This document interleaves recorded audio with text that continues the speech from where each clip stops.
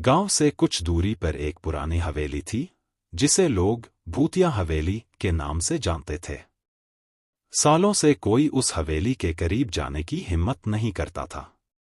कहते थे कि वहां पर कुछ अनजानी शक्तियां रहती हैं।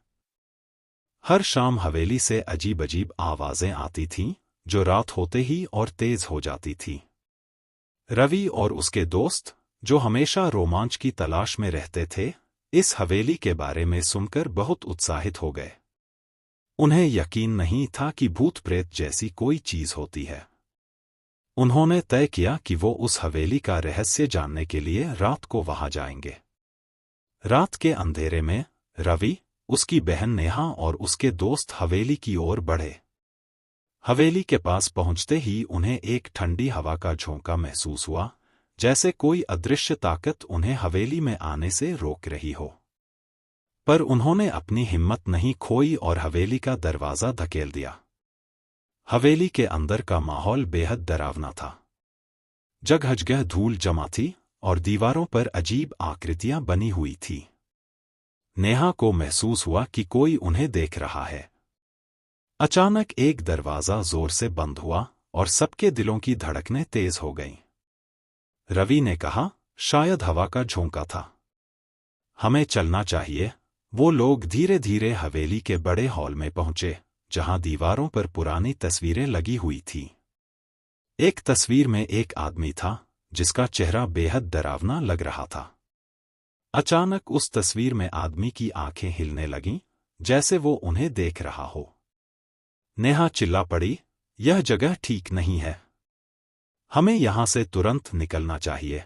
लेकिन तभी हॉल के पीछे एक दरवाजा अपने आप खुल गया और अंदर से एक धीमी आवाज आई, आओ।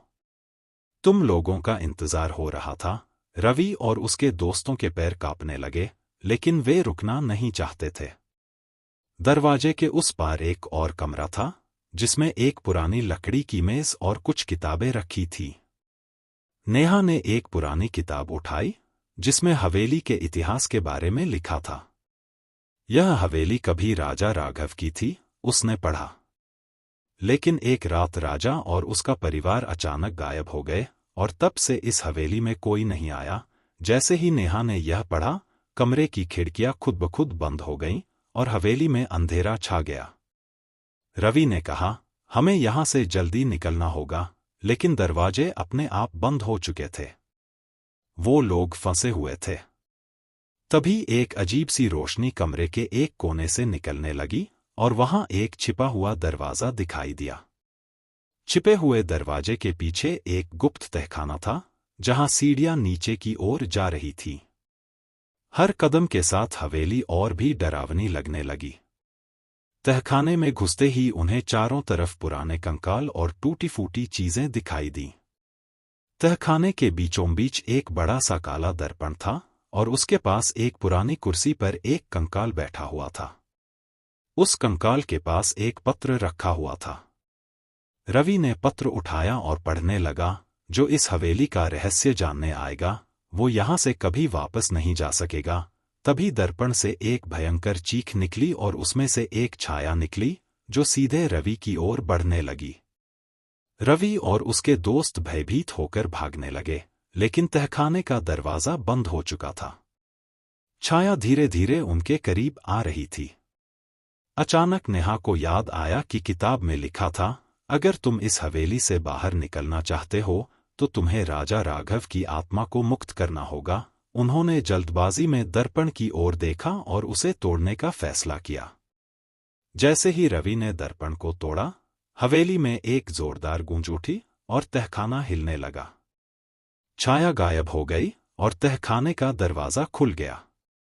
वे सभी किसी तरह बाहर भाग निकले। बाहर आने के बाद उन्होंने देखा कि हवेली धीरे धीरे ढह रही थी। उस दिन के बाद उस हवेली के बारे में किसी ने कुछ नहीं सुना। लेकिन रवि और उसके दोस्तों को हमेशा ऐसा लगता रहा कि वो छाया अब भी उन्हें देख रही है। कहानी अभी अधूरी है।